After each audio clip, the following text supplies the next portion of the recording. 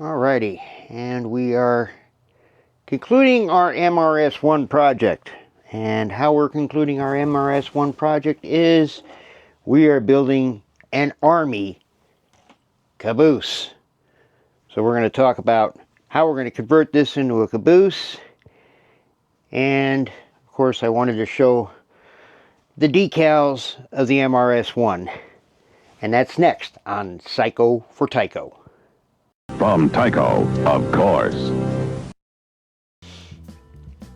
Alright, and we are back with another week to finish off this project. And I did want to show off the MRS-1. This is how I did the decals. This is an N scale Transportation Corps logo. And of course, the Army kept things simple. Just back in the 50s, 60s, 70s, it was just United States Army, the unit number in the front and the back, and that's pretty much it. With the numbering schemes on these, I couldn't tell if this was a boiler equipped unit or not, so I decided I would not do it as a boiler equipped unit. But the Army, and their infinite wisdom, when they ordered these, they ordered a handful that had steam boilers to pull passenger cars. This one doesn't, so it doesn't have the B in front of it. So if you ever seen one of these in the pictures, it says B and the number in it, after it, it's boiler equipped. But that's not what we're going to be working on today. So I'm just going to go put this back over here on the shelf. And I don't know why I'm putting it back on the shelf. I should go ahead and put it in the storage box. But we're going to talk about the Pullman Standard kitchen and troop cars real quick. And why they were converted into cabooses, or what the Army called guard cars. Because the Army just can't call it a caboose. During World War II, the need to move a lot of troops quickly over rail was taxed by most railroads. Pullman Car Company in 1942 stepped in to build passenger cars or troop cars en masse quickly and efficiently by using a standard boxcar design, and one of these cars, of course, was the kitchen car. These cars were designed to feed troops about a battalion sized over the rails from either the East Coast to the West Coast or vice versa. And these cars, of course, served faithfully through World War II, up until the end of the Korean War, and even up until the early 1960s, when troop transport, of course, was changed to aircraft. Many of these cars were sold off as surplus to other railroads and were used in maintenance away functions just as they were intended, still as kitchen cars. Cars would serve faithfully in maintenance away trains all the way up until the mid-70s as they were intended, and then in many cases were resold out to museums or even Amtrak, where they were completely converted into baggage cars, like this one right here. Some of these cars, though, still remained in Army service and were converted from kitchen cars to a guard car, basically a caboose, that was used on the ends of certain military trains. And that's where we leave this story. Alright. So we moved the camera, and now I'm going to explain what basically the Army conversion consisted of.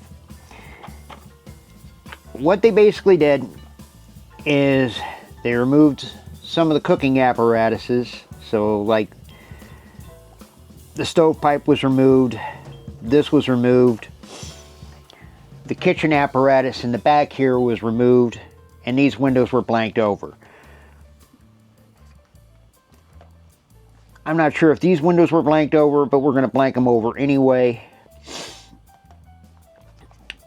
We're just going to leave the 3 windows. Now, here's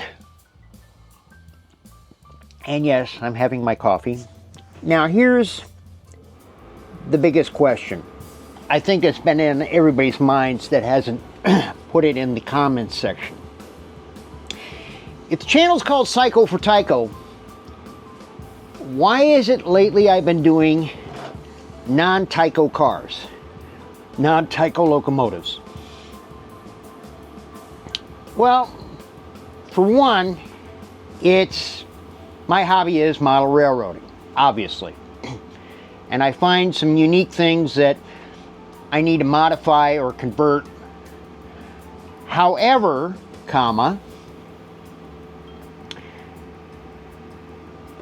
doing these sort of applications to these types of cars versus Tyco cars, you could do this on a Tyco car. So I'm kind of like being Mr. Miyagi with a wax on, wax off kind of thing. So even though this project that I'm doing is applying to converting this into a guard car, doesn't necessarily mean you can't do it to a Tyco caboose, a Tyco passenger car, even a Tyco box car if you're trying to do like something like maintenance away or some sort of an in-house modification. So these techniques obviously cross the whole model railroading spectrum. So even if it's not Tyco related, it's Tyco related in some way, shape, or form. The MRS-1, changing a shell to a different chassis. A lot of people do that with the Tyco GP20s, putting them on a GP35 frame. They do it with the Super 630s. They put it on an SD42 -2 frame. Sort of applications to that. So it's still kind of Tyco related in a sense. But as I said, this goes across the whole model railroad spectrum. So one of the first things we're going to have to do to this is we're going to have to disassemble it. Now this is a Walters car. I actually got this for a good price. I got this for like 40 bucks, which really is not a bad price considering these are discontinued. Cannonball Car Shops also makes this type of unique car. And, you know, again, a lot of these cars are now museum pieces. I mean, there's one in Portola. And if you saw the video on Portola, I think I got shots of one. Now, I found this in my pile of stuff, which is Evergreen Scale Models odds and ends. And what the Evergreen odds and ends are is basically their reject pile. This is what's left over from a lot of cut-ups. So I've got clear styrene, I've got different thicknesses of styrene, I've got all these different types of styrene pieces in different sizes, thicknesses, and such, that works as a, well, I suppose just a way of, you know, filling in certain projects. So I think I found the two pieces I need, so I'm going to put these in the corner. I'm going to bring our troop car back. And then we are going to work on disassembling it.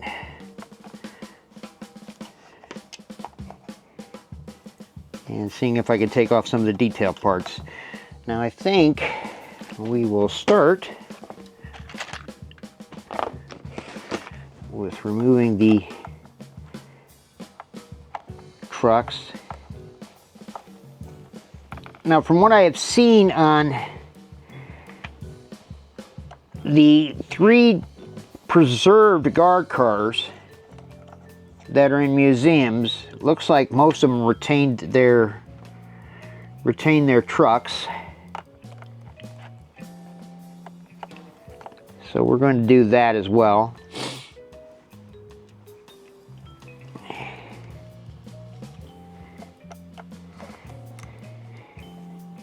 Alright, this is what I'm seeing from...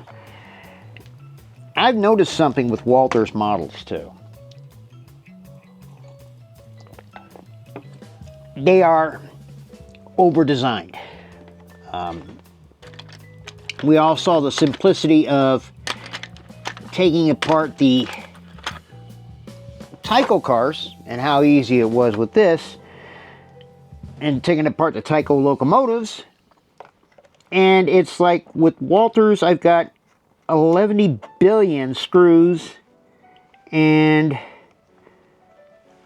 other things that makes the job quite difficult.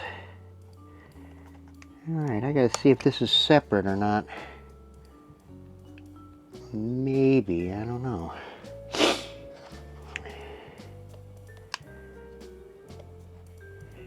Yep, it is. When taking apart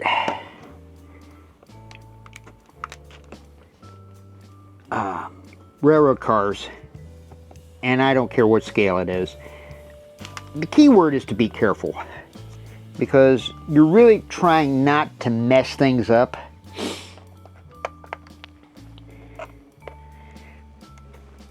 And sometimes even Google is a good idea on how to figure out how to disassemble these.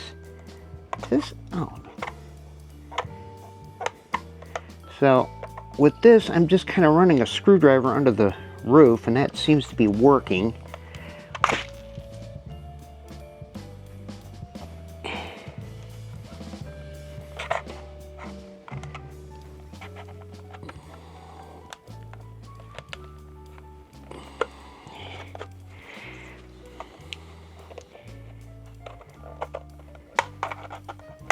There we go.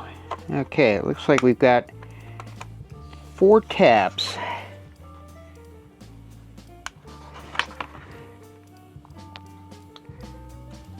Okay, we get a nice look inside.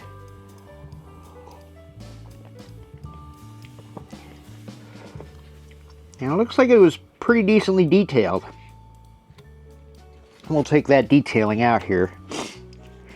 Now the reason I decided I was going to take off the roof was basically when I took off the bottom, I saw 3 screws and I was like, oh, wait a minute. Alright, if you see in here, it looks like we've got tabs on the inside.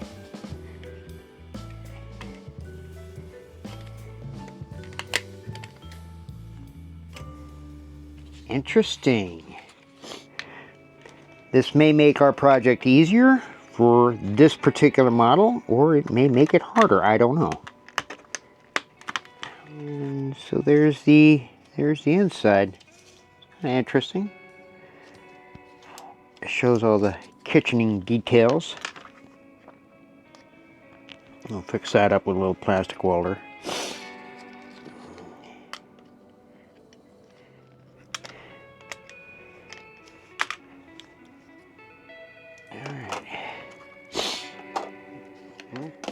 So the first thing we're going to do is we're going to cut our window template. Now I took this out because it was pre-scored, and I'm just curious to see if it's close enough for what I want, and it definitely is. So we're going to score that out, and we're going to fill in this side and this side. Now usually when you get pre-scored styrene, you can usually just drag it over with an X-Acto knife and then do the snap and bend, or the bend and snap.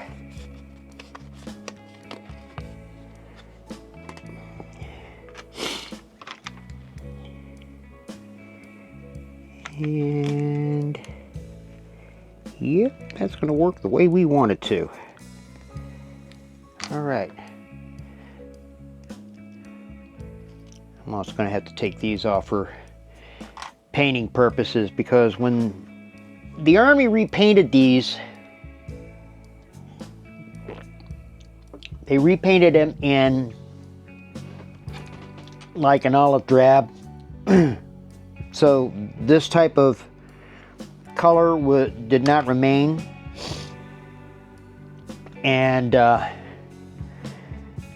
instead of the gold, they just kind of did him in white.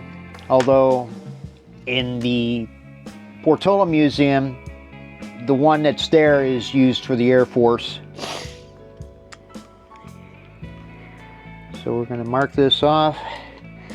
We're going to get our little Walmart scriber.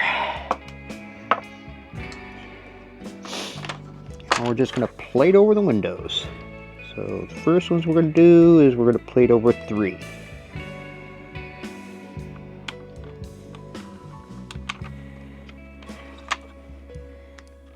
That is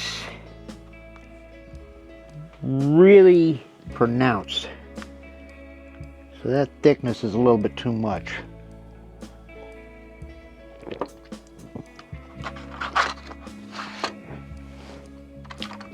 And we're going to go use the thinner piece that I've got here.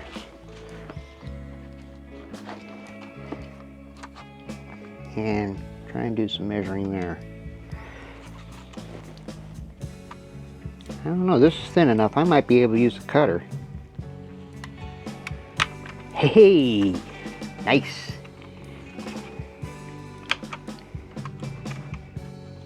All right, our first plate is done. And our first plate fits in quite well.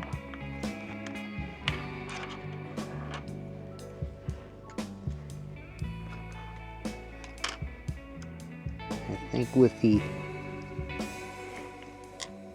MEK here, this is going to drop in rather quickly.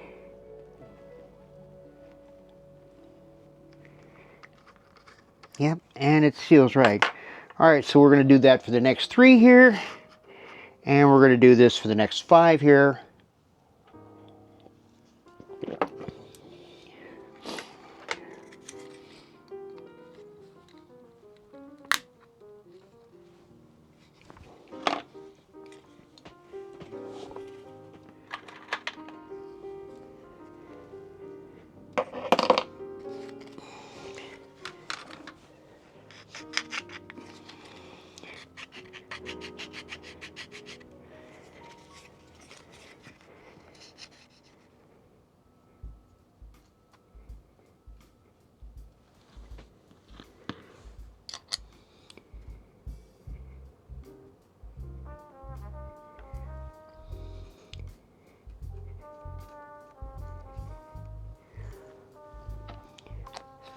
All right, the nice thing about using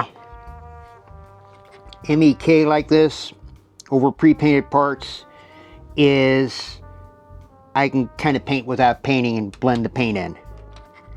So that's done. The sides are done.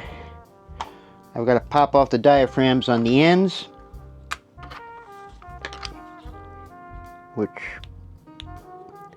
look rather simple. And again, it's just like popping them out with a screwdriver.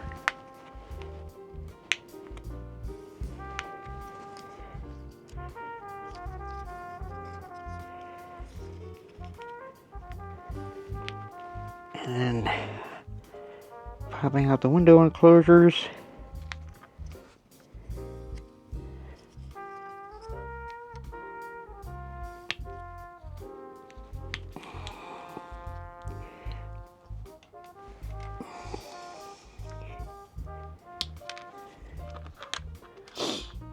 Okay, this is all set up,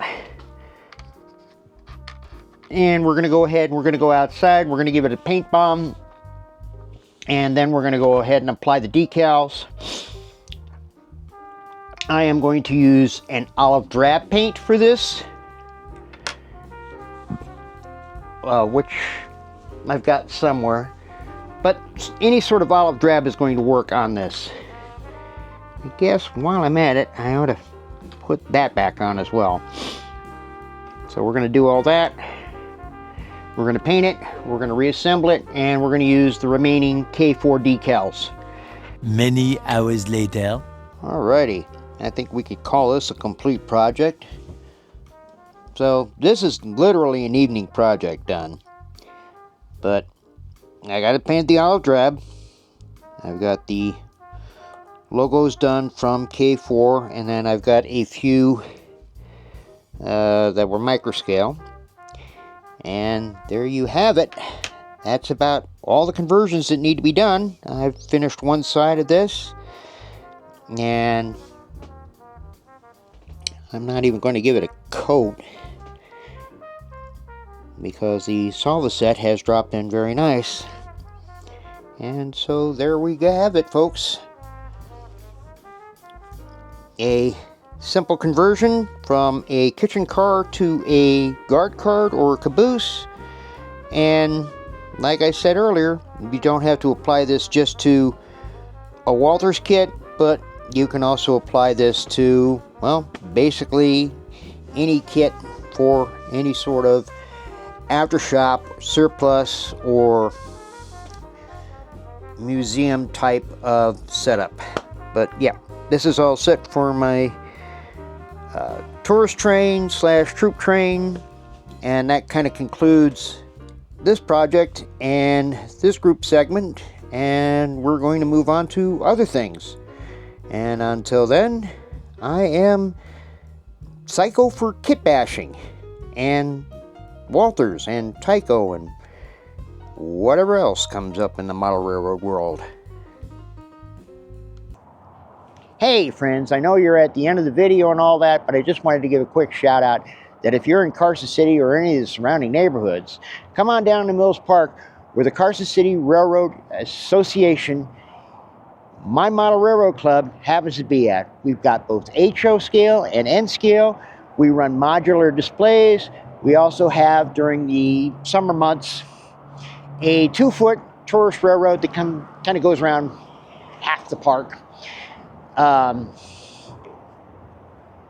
Membership fee is about $35. If you want to run some trains, come on down. Just let us know.